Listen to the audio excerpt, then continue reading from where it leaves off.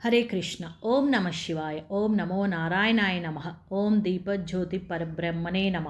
కార్తీక మాసం 17వ రోజు. భక్తిపూరిత సందేశం. కార్తీక మాసం అనేది భక్తి, విశ్వాసం, పవిత్రతకు నిలయంగా నిలిచే పవిత్రమైన కాలం.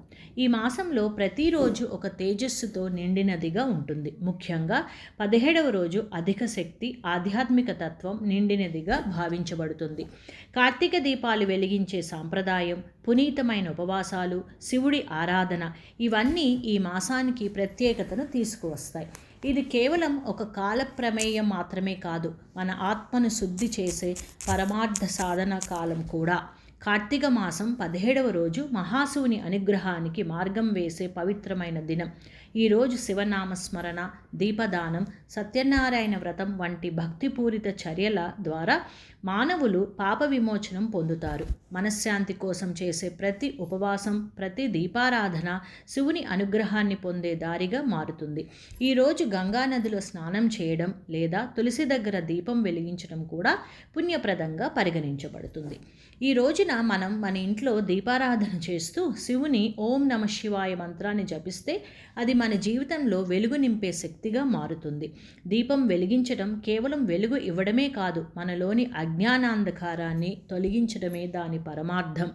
అంతేకాదు, ఈరోజు మనం చేసిన దానం, ఉపవాసం, జపం ఇది కేవలం ఆచారంగా కాక ఆత్మవికాసానికి చిహ్నంగా కూడా భావించాలి.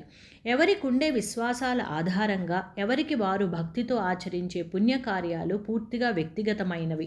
అలాగే అనారోగ్యంతో ఉన్నప్పుడు కూడా అన్నీ ఇలాగే తూచా తప్పకుండా ఆచరించాలనే విధి ఏమీ లేదు. భక్తి ముఖ్యం. నిండైన మనస్సుతో ఏ కార్యమైనా ఆ పరమాత్మకు చెందుతుంది.